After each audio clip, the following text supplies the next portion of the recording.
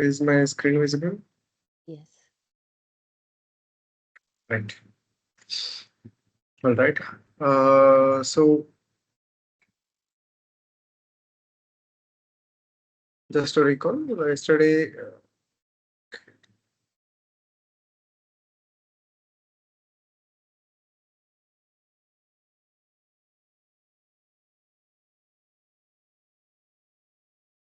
just a second.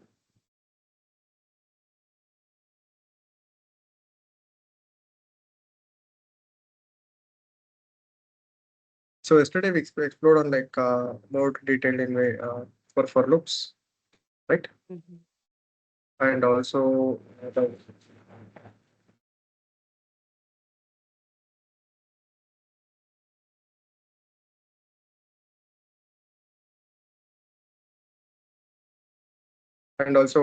while loops we explored in Python, and then we checked on like how to combine this for loops or let's say a while loop or let's say if conditions to get like what we want to deliver to integrate the logic, right? So yesterday we tried with few of the codes where everything is like mixed up and there was some logic that was happening, correct?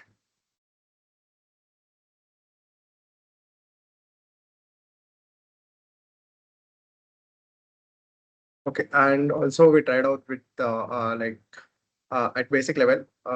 So considering this mock API response, we tried getting the content from the API response, and then we tried our like checking a simple. We wrote a simple function which could check for a like certain malicious words within the content that's responded. Right?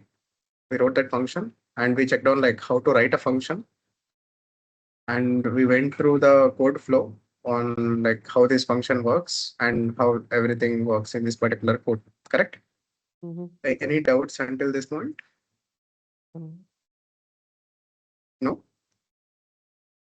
Because I just saw the last video was uploaded 3 hours ago, but I didn't watch it. Okay. Yeah. So, you want me to like revise specific on something or? No, let's go ahead because I'll do my own homework. Okay, correct. Sure, sure. Yeah, thanks for that. Yep.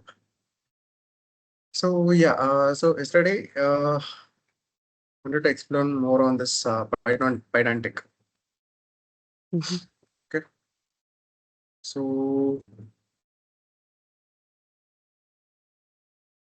this is a Python library basically. Okay, so which you can install like using how you like import standard Python libraries, right? So I can write import Pydantic. So that's how you just import the Pydantic library, and to install you have to write a pip install Pydantic. Sorry for that. Identic. What's Yeah, yeah. that? So here is the instruction. Okay.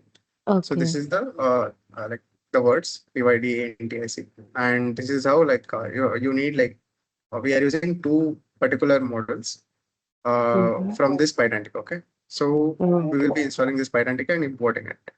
So why this Mhm. will be used? Yeah. So yesterday we checked on some of the simple code, right? So let me just open that code. Yes, this code. So we wrote up simple function where we have defined like three variables as inputs, correct? Mhm. And we are doing certain operation that is simple operation that is variable one plus variable two plus variable three, correct? Right. But in order to get this properly, I mean, if we don't want any errors, the input has to be like all the three variables has to be integers, correct? Or Uh, strings. yes. If there is a mismatch with the data types that's been provided, yeah, there comes an error, correct? Yes. So yes, so whenever we are writing the code, we should write a code in such a way that we don't get any unexpected errors. That is, the code shouldn't break. So when this happens, right?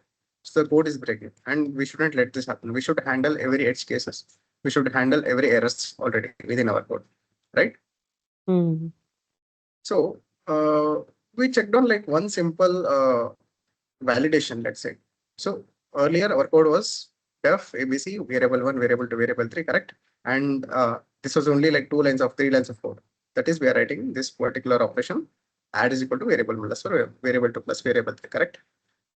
So, and then in order to validate the input alone, correct? In order to validate all these inputs, we wrote up like few lines of code, correct?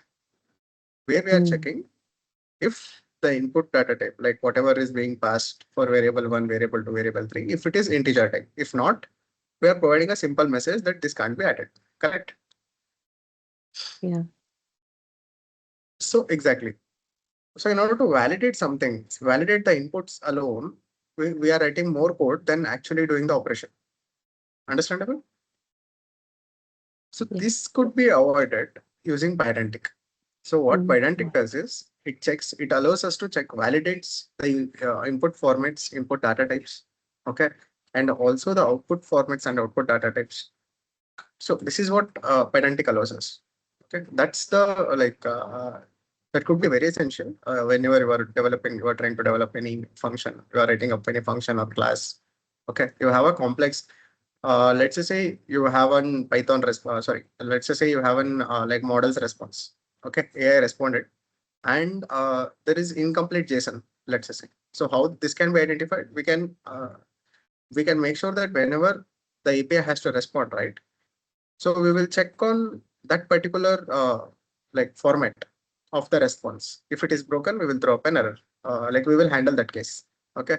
If some element is not, if the in the AI response, if there is certain element, okay. Let's just say I'm asking the LLM to provide the summary of the content that's been provided as an input, okay, and also put it as a summary variable. Okay, it's such that key is summary and variable is that particular summary. Okay, and then I ask it to like create me a prompt to build some diagram. Okay, I'm asking it to write a diagram key and the content of that like whatever the VPMN code it writes, right? So that to be a content. Okay, I'm asking for this particular structure as a in and output. Let's just say LLM does try to do this and somehow fails. It doesn't take diagram. Maybe it doesn't keep the key as diagram and something else. Okay. Let's just say it's an like a draw kind of thing. Or let's just say instead of mentioning diagram as a key, it is mentioning like a diagram code. Okay. These are genuine mistakes, correct? So as an AI quality engineers, we must ensure that not just the content that's been delivered is correct. So our instruction was to deliver it with the two keys. That is, one is summary and second one is diagram, correct? So it has to respond. It has to follow these rules. Once this fails, in the output, we have to check. We have to validate this output whenever the LLM responds, right? So we have to check if there are these two keys and there is value associated with this. Okay. In order to check those two, Pydantic is very useful. Okay. Let's just understand how this Pydantic works. Okay. So yeah, we have an like small code here. This is like in Collab, if you want to install something. So usually in your VS Code, you may type it like, okay. So this inverted exclamation symbol is there, right? So basically exclamation symbol, you can remove this if you are putting up this particular command in your VS Code. If it is in Okay. Google Colab expects this particular symbol to install Okay. something. Okay, just run this.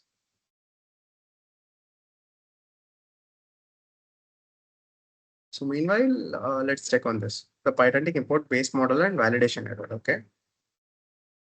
So we'll check on like how it is. Okay. So this has been installed already. So we are importing like two particular elements from this Pydantic. Okay. So Pydantic is a model. Okay. It's a Python model, which we have installed now, within which we want like two particular operations, or let's say two particular methods from that this Pydantic model. Okay. So we are importing only those two models. So what happens, like, let's say I'm just saying import Pydantic. So what happens is every code that's been written in a Pydantic model, right? So model in the sense it's a directory. Okay. So let's just say there is a company and I want to download everything of that company, every detail of that company. Okay. It may be sales data, it may be employee data, it may be internal documents, everything. Okay. So importing Pydantic is something like importing everything that's been written under Pydantic. Okay. But when you install Pydantic and you try to install, call it like from Pydantic import base model and validation error. So it is just like asking something specific from the company. That is, I want sales report of quarter 1 or quarter 2. Okay. So that's being said here. Instead of like having all the document and like filling our knowledge base. So it is more like we are checking on like the things only what we need, right? So that's why it's more of like from Pydantic. We are importing two particular methods, that is base model and validation error. Okay. So how to write up this, how to use this Pydantic anyway? Let's just check on this. So in order to check like this, so let's say this is a scenario where you have to check with like the model response. Okay. So let's just say you are defining a class. Okay. So there is a class called AI response, and you are passing base model here. So the base model which you have imported, right, that you have to pass, and you have to strictly mention like whatever the elements you want. That is model name. You are expecting model name, and that to be string. Okay, this has to be string. Token used, that has to be integer. Generated text, this has to be string. Okay. If this rule is not followed whenever this class is called, right? So that gives us validation error. So let's see what happens here. So here is a broken AI response. Okay. A variable is broken AI response. Okay. So this is a dictionary. So we have model name, we have generated text. I am helpful assistant. Correct? Yes.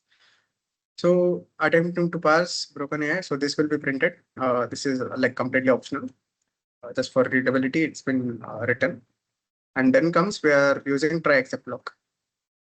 Uh, okay. I haven't explained about try except blocks, right? So yeah, I will explain it. No worries. So here, as you can see, so this is a mock response from LLM. Let's say it does look like one, right? So there is model name and there is generated text. Correct. So let's just say this is our response, what we get from some LLM. Now we have to validate this. Now what I will do is the class which I defined earlier, right? AI response. So I'll mention the same class and I will pass broken AI response. This particular, that is AI response. This mock LLM response, right? I'm passing it. Okay. So now it checks within this AI response if there are elements that's been defined here. That is model name, that is string, and there is token use, that is integer, and there is generated text, that is string. If not, it will throw up an error. Okay. So let's just check. So here we are missing like generated text is there, token used is not there, correct? In our mock LLM response. So let's just try it. And yes, attempted to pass the broken AI. So pipeline crash prevented. Okay. So here is it. Okay. So basically it got us an error, it cached an error, and it is printing that error gracefully. Okay. This is called like handling the errors gracefully. So there is some mistake and that's been handled. So the Python is not worrying, Python is not crashing the code. Okay, we have handled this error already. So here what's happening is one validation error for AI response, that is token used. Okay, so it is essentially saying within this response, there is no key called like tokens used, but we are expecting it in output, correct? Mm-hmm. Yes. So field record is type missing, input value, model llama. Yeah, that's the input, and input type is dictionary. Yeah, this is dictionary, right? So valid enough, but we have a missing key within it. So that's what the error is suggested. Let's just try to solve this. Okay. Let's just add up like one more. Let's just say, yeah, sure, why not? So token used, and this is integer, correct? So let's just run this, and this time validation successful because it is the response has everything that's been expected, correct? Let's just say instead of putting up 100 in integer format, let's put up string. Okay, this is now string integer. Sorry, string 100. Okay, or let's just say it is something like ABC. Now let's try to run this. So it will again throw up an error because right, one validation error for AI response token used. Okay, input should be valid integer, unable to parse string as an integer. Correct. So it is also trying to convert your string into an integer. Let's just say I'm putting up 1. So now it will pass. Okay, because it is converting this. So it's whenever this Pydantic we are checking, right? So it checks if the string passed, if it is integer that's been mentioned here, it checks if the string is passed, if it could be converted to integer. All right. So this could be converted to integer. Okay. So what does it mean when you say like it could be converted into integer? Okay. Let's just say a is my variable and here it's one. Okay. 1, 2, 3. So I'm trying to print type of a. Okay. It is string, correct? Let's just say b is equal to like 1, 2, 3, 123. And I'm typing it like type of base, it should be integer, right? So there is complete mismatch, correct? So once we remove this inverted commas, so once we write anything inside this inverted commas, right, that becomes a string. Okay. So converting something from string to integer means, so let's just say I'm converting like a is equal to okay, a is equal to int of a. Okay. And then I'm typing like print, not print. Let's just type a. Let's try to print it, and then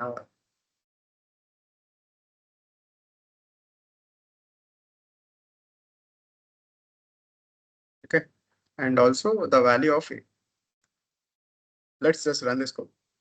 And as you can see, initially the print statement says type of a, right? So that is string, that is still string. In the output, it can say class is string, correct? Then we are trying to convert this string into integer, and that is being successful. Okay. That's why when we later printed type of a and a, so it has become integer now since we type converted it. Okay. So let's just say instead of 1 to 3, there was something called ABC. Okay. Now this should throw up an error because invalid literal for int with a base of 10. ABC can't be converted to integer, correct? So there is no number called ABC. So that's why it can't convert this particular string to integer. So it is trying to convert. Okay. Similarly, in this Pydantic, here it checks if the integer is provided in order to check this these particular response, right? So here we have mentioned token used is integer. So once you pass like even the string, right, it tries to convert it. If it is converted, that's all good. If it is not, it is not. So let's just say ABC. Okay. Now it will throw up an error. Pipeline crashed. The error prevented. Okay. And input should be a valid integer. Token used input should be valid integer, unable to pass string. Correct? Right. Understandable? Yeah. So by actually mentioning like there could be like 10 or 15 responses that's been provided, 15 elements. Okay. So every time instead of checking individual things, right? So I can put up like all the things that I need in response and all the data type. This is not for only for LLM response. Let's just say I'm processing this LLM response later. Okay. There are like step 2, step 3, step 4, where I'm processing this LLM response and adding a few more things, or maybe removing few more things, or maybe like altering the things. No worries. Okay. So let's just say this is a simple model and I'm a third party uh, like service provider. And for my clients, they are using this model. So I'm internally using some model, but I don't want them to know. So maybe I will remove this completely in step 2. Okay. Or I will just like make it a cryptic message, or let's say I will encode it in some format. Okay, so that they don't understand which model I'm using, right? In those cases, so ultimately whatever the output you want, right? So that you can mention here, and it always checks before providing the output from your service. It always checks if it is related to this, if the output response is in the same format of what's been defined. Okay, this is not just about output response. You can check LLM response immediately, stage 1 response, stage 2 response, if there is some process, stage 3 response, if there is some process involved, correct? So at any point of time, if you define something like this and try to parse that output, okay, try to parse that information. So it checks, it validates if the format is similar to what's been defined already. Understandable? Yeah. Right. So one more like this is like to check like hold the response. Okay. So there is something similar which we can use in order to check this instead of like let's remove all this. Okay. All the code instead of this. Let me add up something useful here. So let's say I'm putting up something like integers.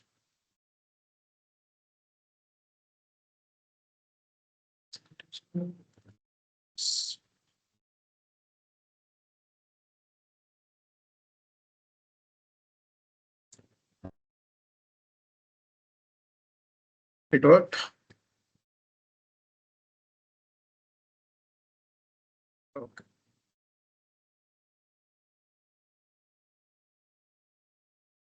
Open.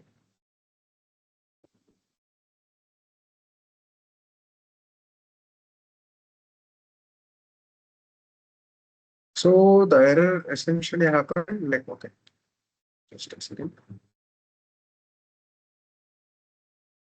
Okay.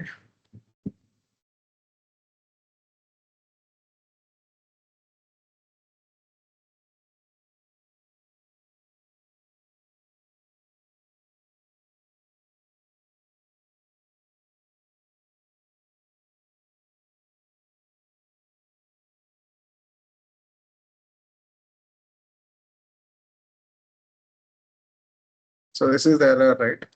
So Hmm. except type error as b print. Hey guys, we got an error. Okay. So maybe we'll just verify it a bit. That is e. So this is called like, if you try to print this, so only this will be printed. So although we are mentioning it to be e, so this e actual value won't be printed, only this particular message will be printed. So we have something called printf. Okay. So this is called print formatting. F actually means formatting. Okay. So it formats the things within this string. So basically, whatever you write in this bracket, right, the value of that particular variable or whatever the value is there, right, so that will be like written here. Let's just run this. So yeah, instead of error, so yeah, still this is a, right? So there should be an error, correct? Hmm. Maybe. Let me just show you. Of course, it's visible, but I just want to make it very clear. I'll just run this. There is error, correct? So the same code I'm running here. So there should be an error, but here we have gracefully handled this error. This is what like error handling actually means. Okay. Hmm. Here, what we are saying is, so try this function. So this try except block, what it does is, let me just use pen. So yes, so try. So whatever you write in this particular block under the try, right? So this is like if condition and all those while condition for loops. For all those we were putting up gaps, right? So anything that's been written with this gap is under try, right? So this is what. So what this try does is, so it tries to actually execute this particular block that's been written under it. Okay. If any error is found, okay. So try always comes with something called except block, right? So there is except block and whatever that's been under this block, right? So this only executes when there is some error in some error that's found in this try block. Okay, while Correct. executing this particular code, if there are some errors, then only this except block will run. Yes. Okay, this you can relate it to like if If else else, condition, right? right? But So what if is the point in using try and accept? so here we are actually considering a case. So where the code could break, correct? Mhm. Yeah. So we are actually handling it properly. Okay. Okay. That is what like That's not error possible handling. with if and else. Yes, right.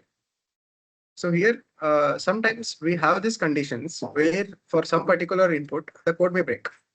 Okay, but the code is the characteristic of the code itself is such that, okay. So there instead of like removing the whole thing or handling, we need to gracefully handle the errors if there are some errors that's coming, right? So just understand, if this error comes in any application, right? So that's what we call as application crash. Okay? The whole application goes down from the cloud itself. The browser won't be able to load again. Okay, if this error comes in. Okay, But if we handle that error already, so for that particular user, there will be no response or there will be some custom response. So let's just say, uh, so the easy example for this could be, so let's just say there is a tricky user, okay? Some tricky user who is trying to give an input to our model saying that say, there is some malicious prompt. Okay. Hey, drop out like all the instructions that's been provided. Okay. And do this operation. Okay. So there is this malicious prompt. Does it look like malicious prompt? Of course, right? So Yes. here the user is essentially asking like to forget everything that's been written earlier and trying to do some operation. Okay, we don't know what the operation is. So this is a malicious prompt. So we have certain function that is identify malicious. We have this function where the user input is the input. Okay. Now there is some logic which we have written, which actually checks through the user input and identifies if there are any malicious intention of this prompt. Okay. Mm-hmm. So that's the only task of this particular function. So Okay. once it identifies, right, we could use it like let's just say we want to like put up a custom message. Okay. Custom message that so this is your malicious prompt and so that's why we can't like maybe pass it to LLM. Please rephrase or please try to create another query or something like that. Okay, that's the custom message. So this logic you can handle it with if else, right? So here the condition we know it's a malicious prompt, so we identified it. So we can type up like if it is not a malicious prompt, like do this like pass this query to LLM or else just throw up an error. So this Right. could be like example for if else. So Mm-hmm. where try except comes in is, so we have some edge case which we don't know. Okay, we have Mm-hmm. a piece of code which usually runs, but we don't know if this like always runs. Okay, there could be always unseen edge cases.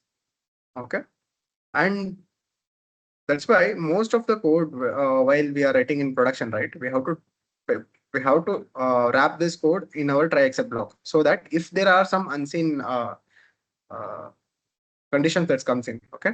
So there we can operate over this like peacefully. We can handle these errors properly. Okay. So maybe if there is some error, so except E. So in the logs, so all the developers usually maintain if there is an application, there is application log. Okay. So where we are checking on like every user interaction. So if the users happens to be like putting up some edge cases, okay, the system crash should happen. But since we have a try except block, this won't happen. And whatever the exception, the error comes in, right? We will simply log the whole error. Okay. So that later developers can look into this and maybe correct the system accordingly Mm-hmm. or update Mm-hmm. it. Okay. For this particular use cases, try except block is very important. And every piece of code that's been written in like production environment or let's say application that is live, so should always wrap their code under this try except block in any condition. Doesn't matter how like how confident they are with their code. We have to write it this way. Okay, because there always been like unseen like conditions that may occur. Got it? Yes. Yeah. So that's with try except block. So in try except block, so we can check on like we can actually handle particular errors. Okay. So this is type error. Okay. So we can't add up the numbers. That is type error. Let's just say there was something like this. Okay. So this could be syntax error. This is a different type of error. Okay. So there are certain types of errors. Okay. So what error we need to handle, we can mention those here. So except I'm only accepting like type errors, right? So that's why if I throw up like syntax error now, this will not handle. Okay. So for this, if I want like every error to be handled, I can write up a code like there is something called, if I remember correctly, yeah, exception. Okay, this is the keyword I need to use. So doesn't matter what the error is. So this will handle every error.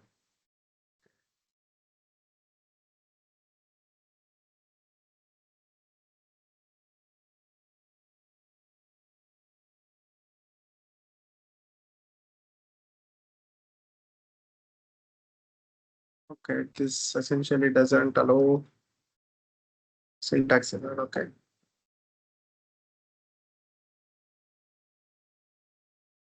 Oh yeah, syntax error isn't being handled. Right. Unsupported operand. Yes. So usually this should handle all the errors, right? So we are not mentioning if it is a type error, but this is happening, correct? So I will check on like why it's not handling like syntax errors. So I thought like it handles like every other error. I will check on it and I will get back. Okay, in maybe later classes. Hmm. Right. Okay. Mm,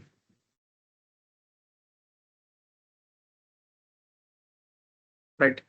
So this could be like a different kind of error. Okay. So the input is expecting like three elements, right? So the output is but we are providing only two things, right? So this is again type error. One missing required positional argument, variable three we are not providing, so I can't add up the numbers. That's what it is saying in error. So since we have a handle it anyway, so our code doesn't crash. Okay. So here the code crashes because it is not in try except block. So that's the use of try except block. Okay. Hmm. Okay, great. So now we will try to use our local model. Okay, that's why I just switched to like VS Code, object-oriented programming. Yes. So let me give you like gist of like what the object-oriented programming actually means.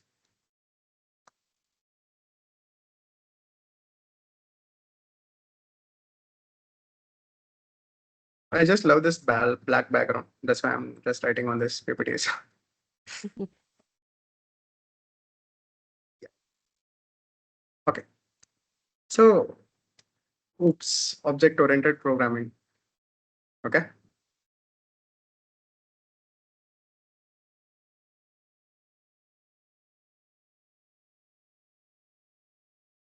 Okay. That's the abbreviation. Oops. Right. So what's the meaning of this, right? So in Python, until this point, we can write a single line of code, correct? Maybe one line where we could be printing something, correct? Print ABC. This would work fine, right?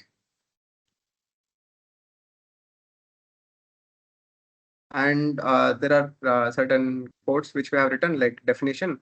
So this is function ABC. Okay, where one, two, three that's been provided, and we are just adding up one, two, three, right? So we had these codes to return AB, add maybe we had this code too, right? So this would also run. So this is three line of code, or let's say we call it function. So which we can call any number of times. We can repeatedly call this particular code using this function name. That is def maybe add. Okay. So this is a function. So whenever we have a piece of code that we may need like multiple times. So what does Python says us? Like write it in a function and call the function every time. Okay, that increases the readability and also follows the try principle. That is, do not rewrite again. Okay, so yeah, that is function. So what about like so the main two elements of this object-oriented program is classes and objects and objects. Okay, so what does why do we need classes? So what does actually class mean, right? So let's just say uh, there is something called class car.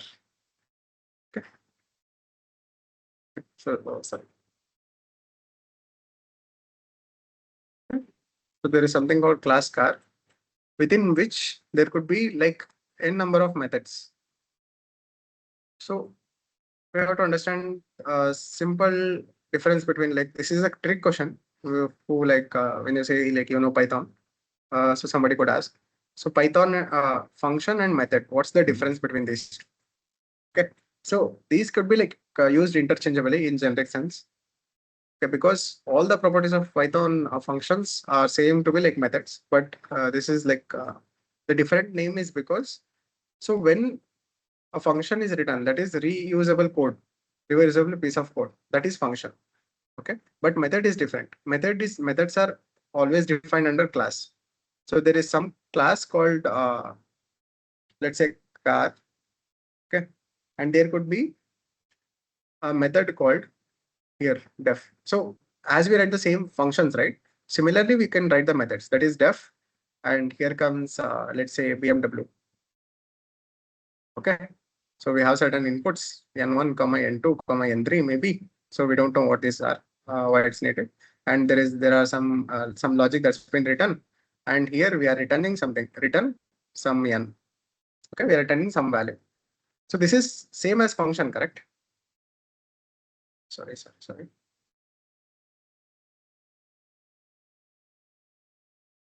Right. So this is same as functions, right? So this is the syntax of function. Okay. Yes, yes, please go ahead. Right. So we are also calling it to be method. Mm-hmm. Okay.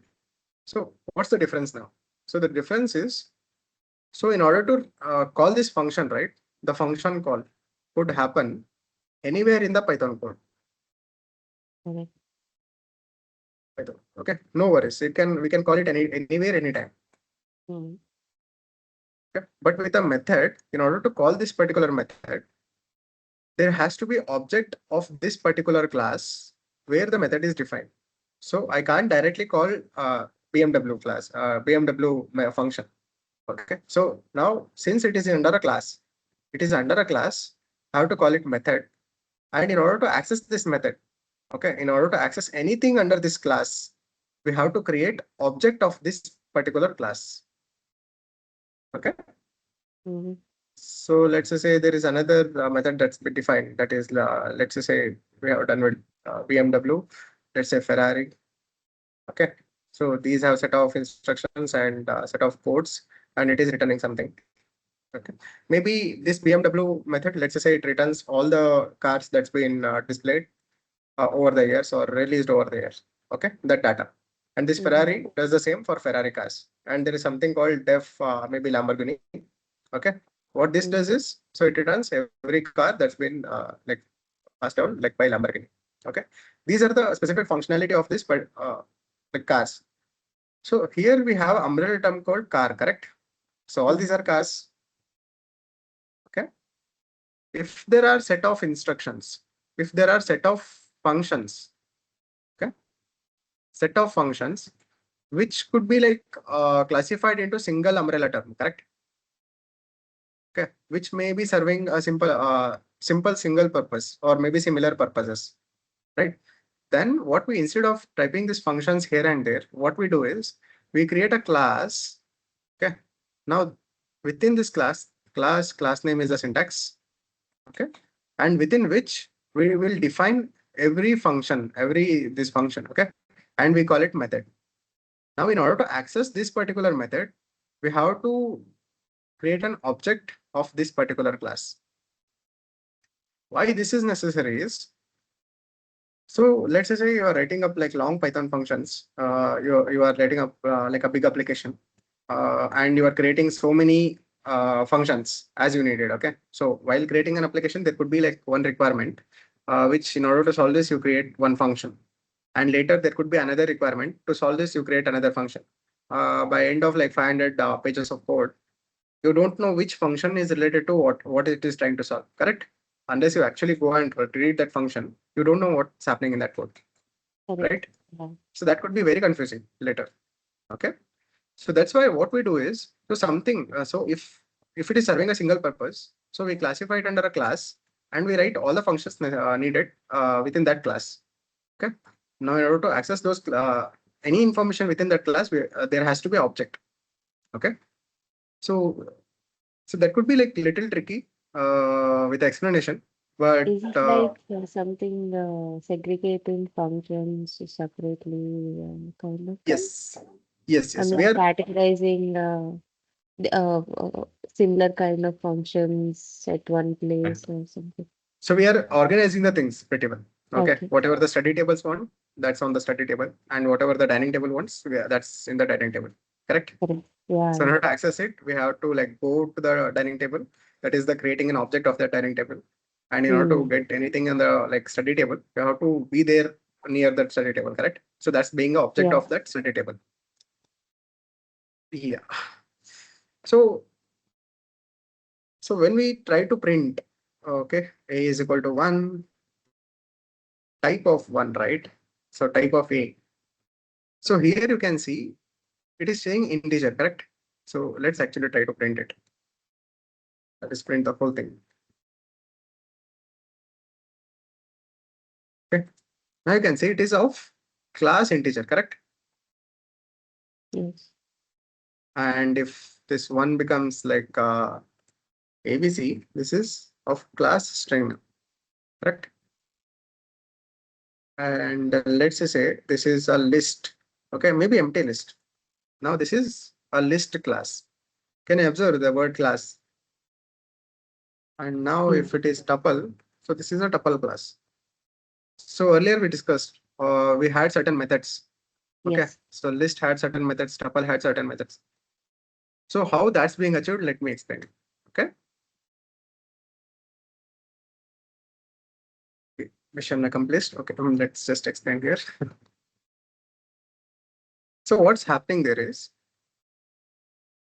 so Python has got class list, okay, within which it has defined, and one more thing is, every class, if there are certain inputs that need to be provided within the list, okay. So any class, okay, you are creating a class. For a list class, there has to be like a class defined, correct? Mm-hmm. So there should be some input or let's say brackets. So how that logic is written is, so within every class, there is something called one method is there, def init. Okay. So there could be multiple magic methods, what we call, or dunder methods in Python, we call it. So these methods, these particular methods are not similar to like what the general method we say. Okay. Let me just explain it. No worries. So what this does is, so let's just say, so this, whenever something is defined under a class that is within this init method, so we call it init method, okay? So def, okay, my bad. So it is def. So that's how we write function, right? N1, let's just say. So whenever we write this code, okay? So whenever an object of this particular class, let's just say how to create an object of that particular class could be, uh, so not to confuse you. So just remove the name list that could be confusing. And let's just say there is something called ABC, class ABC. Okay, anybody can dance ABCD, let's just say. Okay, so here we need a person, correct? So let's just say Michael Jackson, he can do some form of dance. Okay, so there has to be some input that is N1. Okay, that is been expected whenever you are creating an object of this ABCD class. Okay, how the object is created is some variable. Okay, let's just say A is our variable. So we will write ABCD.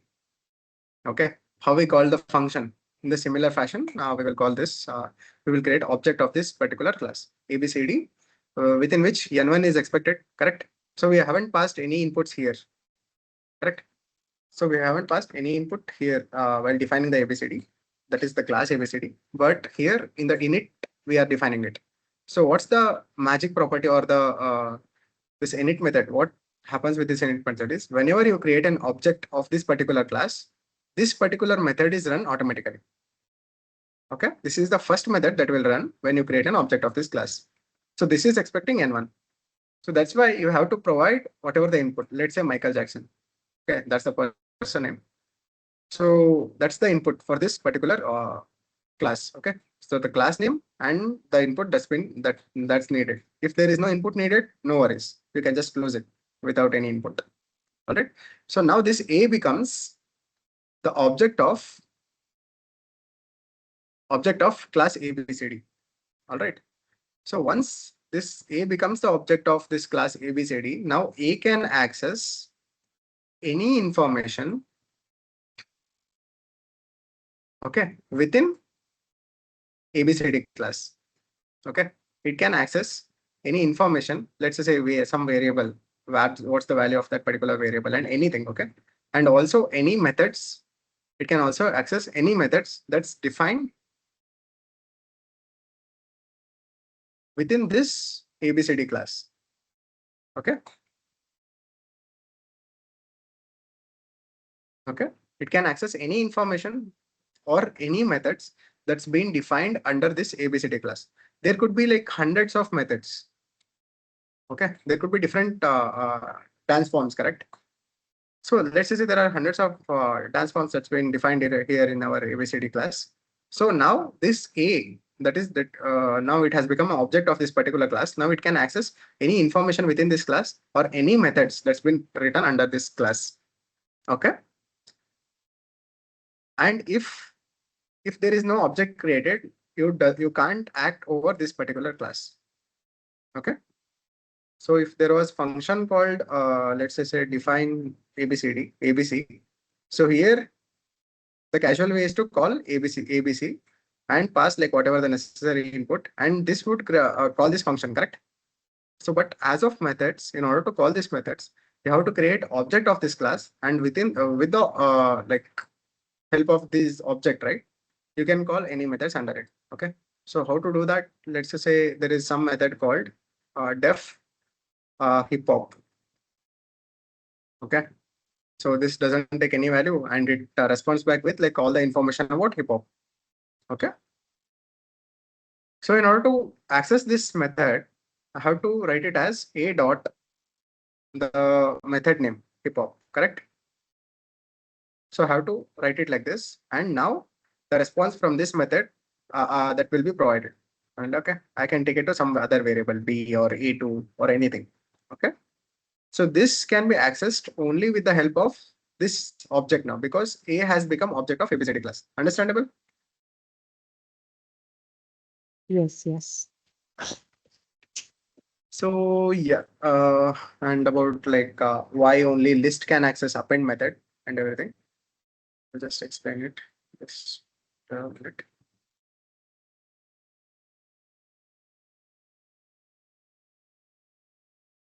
Right.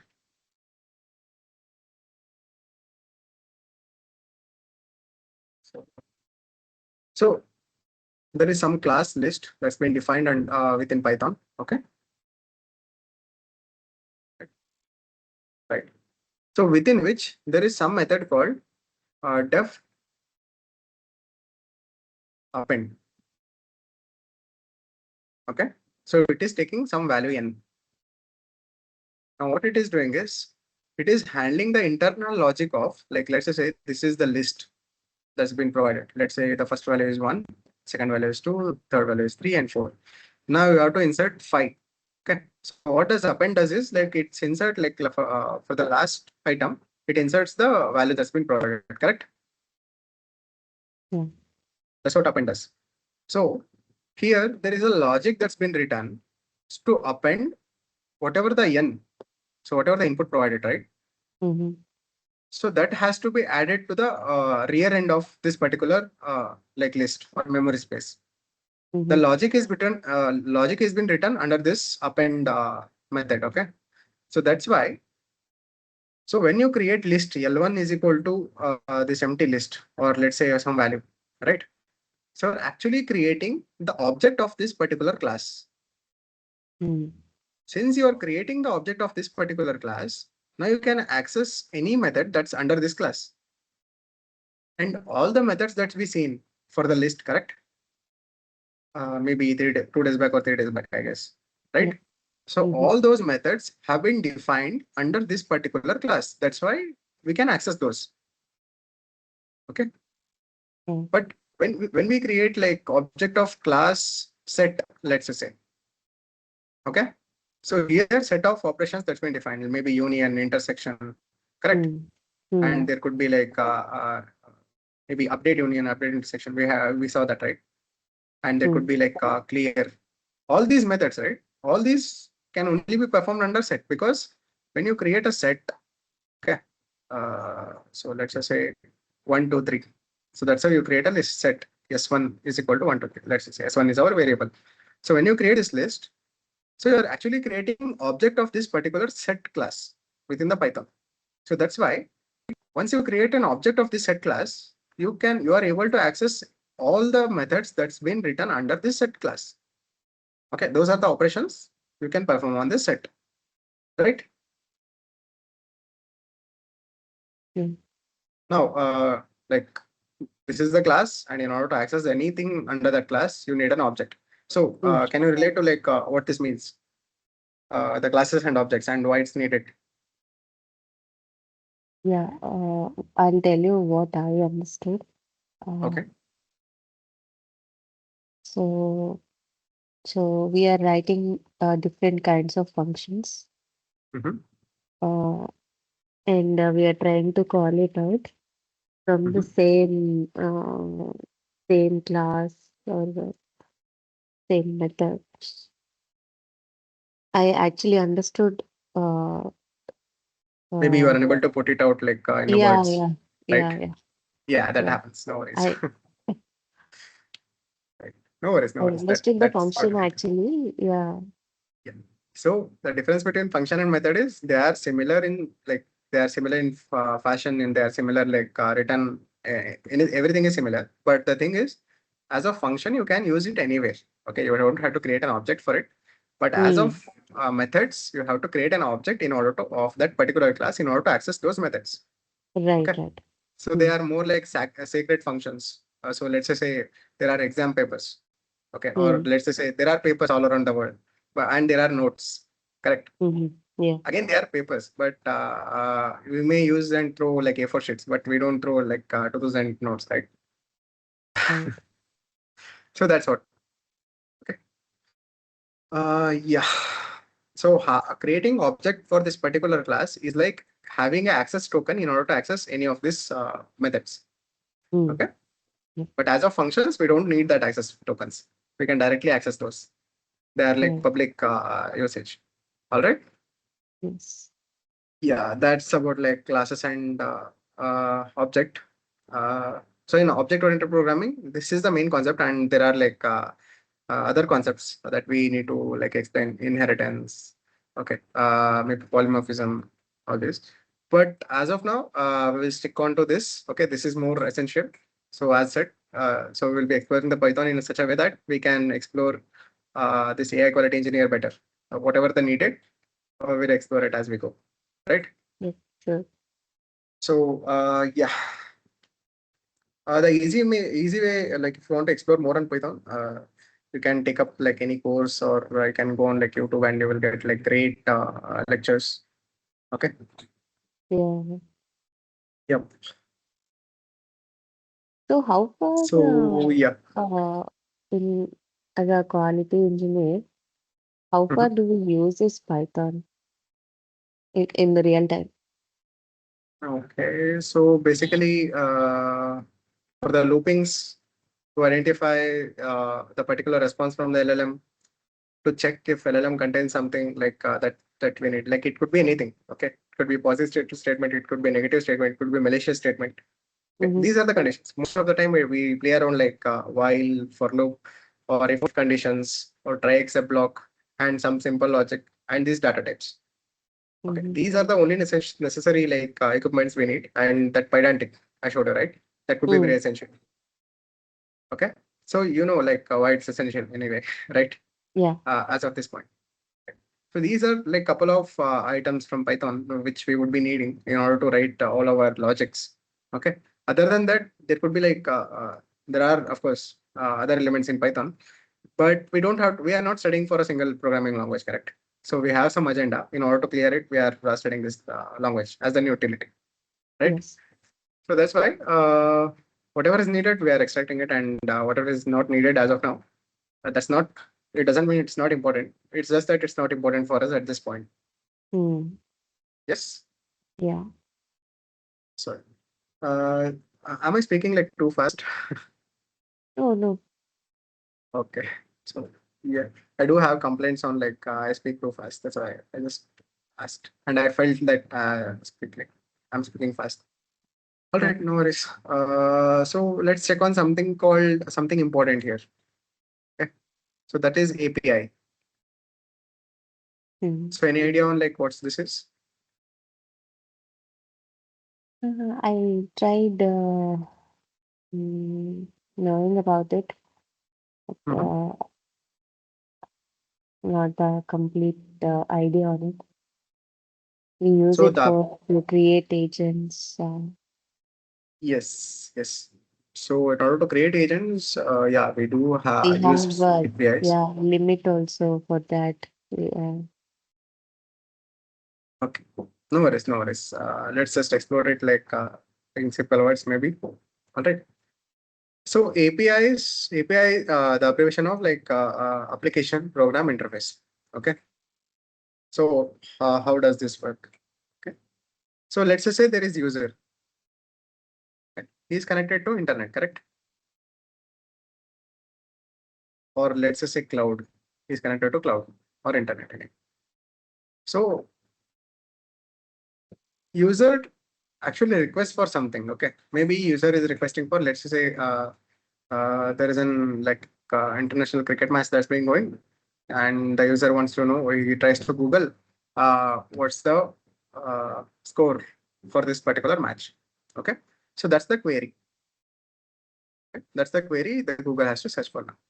So how does this work is user creates this query and pass it to internet, and somewhere in the internet there exists a server, a Google server, okay, which actually processes this request. There is server and some logic has been written into that server, where once it gets this request, it actually processes the request and responds back with whatever the response it's processed. Okay, so the response in this case would be what's it called, score. Yes, of course, Core. right. So that's what been asked. So it responds back to score. Now this Mhm. score is passed through the internet again, and the user gets like whatever the response has been provided. Correct, right? So that's how things work. Again, this could be here. It could be. It won't be like single server. So Google has so many authentications and so many layer of filtration. Correct. So this could be like large, huge process. Okay. But for our sake, let's treat it like a single, simple, cute process. So okay. So this is a server that processes something, and we don't know what it processes. It responds back, and this response is provided to user, and user is satisfied, right? So this is simple. So now let's just say user is client. Okay, user is nothing but client. Okay, so whatever the process is happening, that is server. Okay, so this is my application, or this could be like my web application, and this could be user. User is sending some request and is getting the response. Okay, so this could be simple client server architecture. Okay, at any point of time. So how this client is accessing the server is nothing but through APIs. Okay. So the server has provided some structure that in order to access me, you have to have this URL. You have to access access token. Okay. That could be our Gmail details or account details. Okay. And you have to have this verified something, some mobile number or something. Okay. So if you pass these information to this particular URL, now I will consider that query and I will respond back. Okay. So that's the API for this Google server. Let's just okay. So it is expecting certain values that to be provided to this particular URL. The URL could be so some location in the internet. Okay. So whenever the client actually sends the query, so the browser is setting up all these details, and through internet it is passing to the server, and the server is responding back. All right. So whatever the server is expecting, right? So server has created now. So there is this is the complete process. Okay. Now it has got like API. So where it is integrating to a certain like the abbreviation of the API is application program interface, correct? So this is the application program, and we are creating a interface for this. That is, we need certain information. That is what we are expecting, right? So this is interface for this application program. So that's how the name API actually means. For this application program, we have created an interface where this interface is suggesting like whatever the information that's needed for the process. Okay. Now client could be like our mobile browser. So whatever the query that's been written, along with the query, there are certain other information that's needed, and it will hit this URL. And now, since it hit the URL, so this is the API that's been created, right? So now the application program, this request is passed to the application program, and whatever the response is there, now this will respond. So this whole thing, we don't call it server, we call it like instead API, application program interface. Okay. Uh, did I confuse you, or is it understandable? Yeah, actually, it's understandable. Any doubts? None? Nothing so far. Okay, great. Sure, then no worries. Yeah. So let's just say in our local system, okay, for all the okay, it's not something here. But API access is very much restricted, I feel. Sorry. API access using this API is very much restricted if we wanted to do something apart from I the mean, it is dependent actually. okay. That's totally The limit, dependent. yeah, I feel like the limit is very low Okay. So because let's just say mhm, yes, correct. But let's not make it like API to be much complex. Okay. mhm, This API. So now they have defined that this API can respond back to 60 requests per minute. mhm, Okay. So now this is defined in this way. Let's say this is like some simple API where weather is being responded. Okay, whenever you hit this API, so what's the weather for this particular location? So it gets the location details, and for that particular location, what the weather is. So it is responding back. Okay, that's the simple task of this API. correct. So now it expects like 60 requests per second. So this is a free API. Mm, Okay. So it can satisfy this particular number of requests. So that's predefined, and you will hit it. No worries. mm, Let's say there is so this weather API has got pro subscription, okay, which we have enrolled mm, now. So we have taken pro subscription. Now this weather API allows us like 600 requests per second. Right. So this happens because it restricts the usage because again, in order to put this weather API on servers, right, on internet, or let's say cloud, very messy with these writings. Let's just say I have to put this on cloud on internet. Okay, this cost me something, correct? As a developer, it cost me something to make it live, to keep it live, correct? mhm, So this could be like maybe I'm using some Azure service, or let's just say some Amazon service, AWS services. mhm, Okay, I'm using any of these services to keep my API live, to keep my application live. Okay, not the application, that's the API. Okay. So we have to pay these guys. So depending on like how much usage happens, so they are providing me all the hardware requirements, correct? So since I'm using them to host my API, they are providing all the hardware requirements. That could be GPUs, CPUs, and load balancers. Let's just say there could be like 1,000 people coming to. I am a very famous YouTuber, and I created this API, and now 1,000 or 10,000 people are trying to access this. Okay. So mm, now that this is hosted in Azure. Now, whenever like 1,000 or 10,000 people are trying to access it, this the hardware requirement goes up, correct? So this will right. what the Azure will do. It will give me the cost bill. Okay, this is the bill that had generated to keep your application live. So how to somehow satisfy this, right? So that's why for the free subscriptions, I limit their usage, and for the pro subscriptions who are ready to pay me, I increase their number of requests, maybe all that feature. Okay. But it doesn't mean like APIs are totally restricted. So they are restricted to save their cost. Yeah, yeah. Okay. So let's just say we will look at one simple example. Okay. So this is client and this is server. The interaction is happening. So this is a request. This is a response. Okay. So that's a simple architecture, right? Let me say something that's relatable to you. Okay. So here is your Python code through which you are accessing your local LLMs. Correct? We were doing it already, right? No. So this server is your local LLM.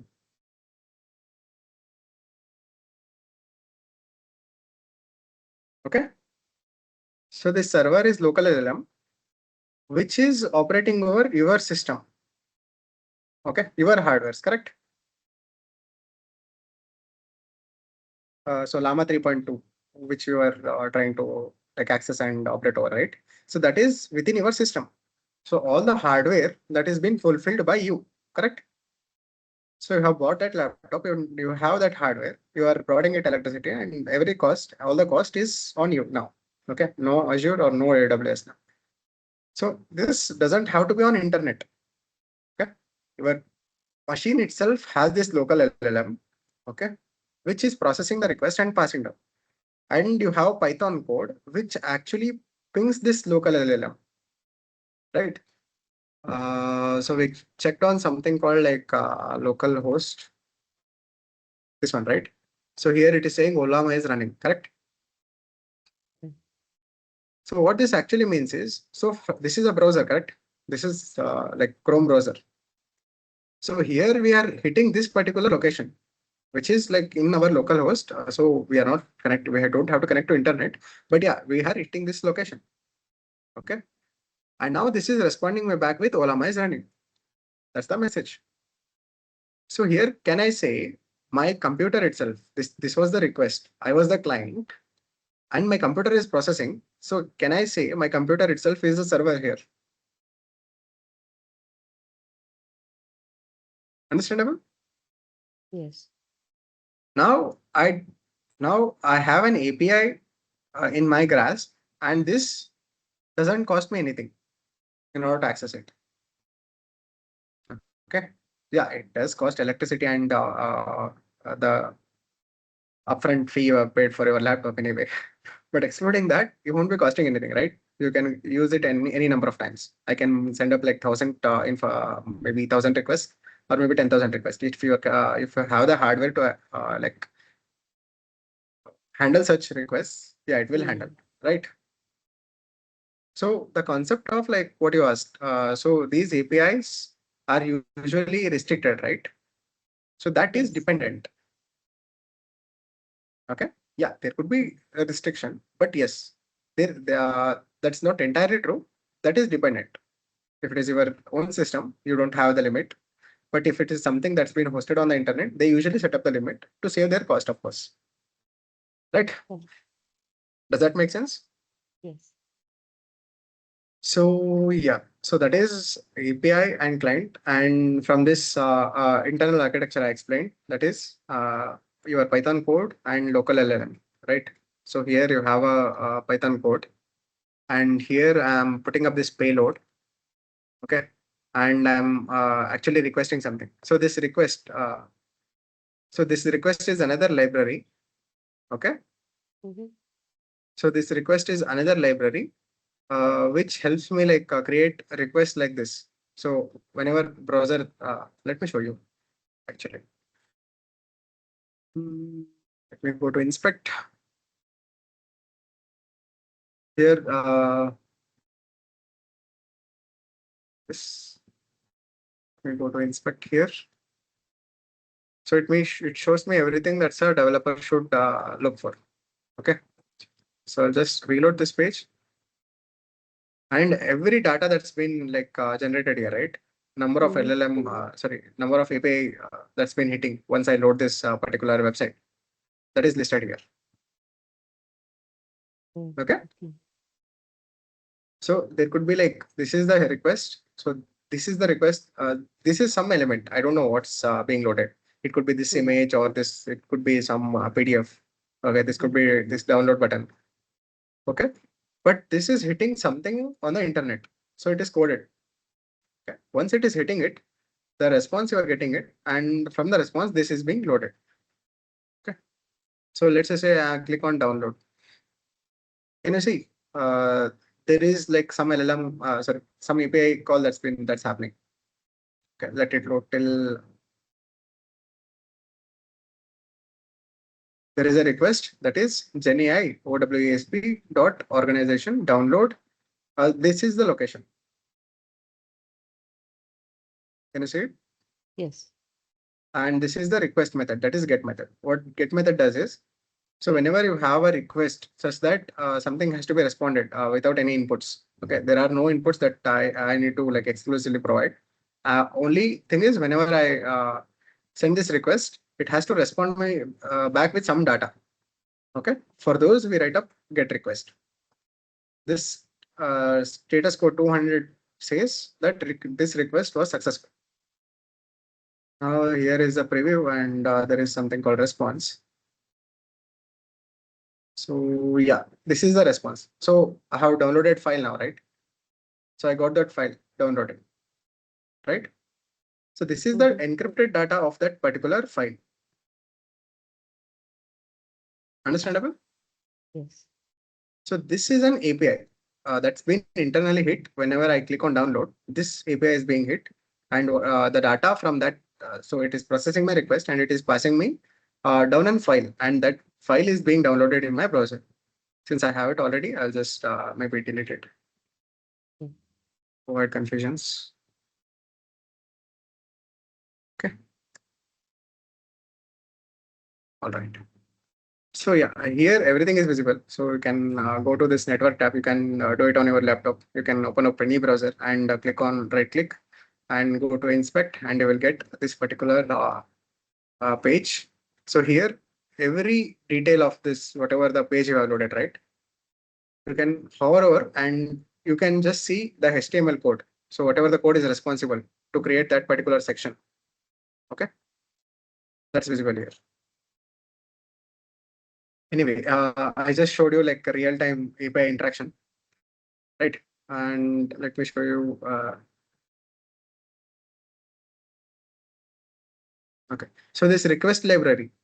So similar to what went right. So when I clicked on download, there wasn't like a header that's been hit, right? There was some request that's happened. So what this request module does is, where is it? Yeah, what this request does is, it creates the similar, it copies the same, like as if it is hitting from a browser. It creates a copy of it and it requests to the internet itself. Okay, if there is no internet and you try out this would throw up an error because this request actually is trying to ping something from the internet. Okay, it's not essentially it has to be internet if it is something like local LLM. Okay, so browser can access local LLM as I showed you, right? So similarly, it can access your local APIs, no worries.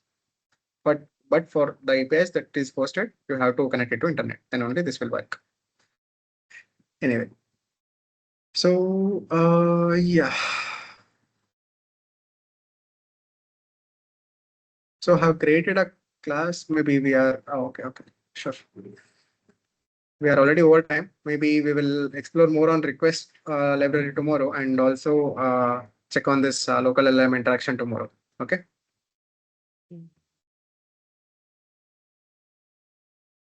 Okay. Yeah, sure. Sure. Then any doubts until this point where we explained on APIs or OOPS concept, classes and objects? No, No doubts? no. Yep. Great. Sure. Then maybe we'll meet tomorrow again. Okay. Thank you so much. Thank you. Right. Have a good day. See ya.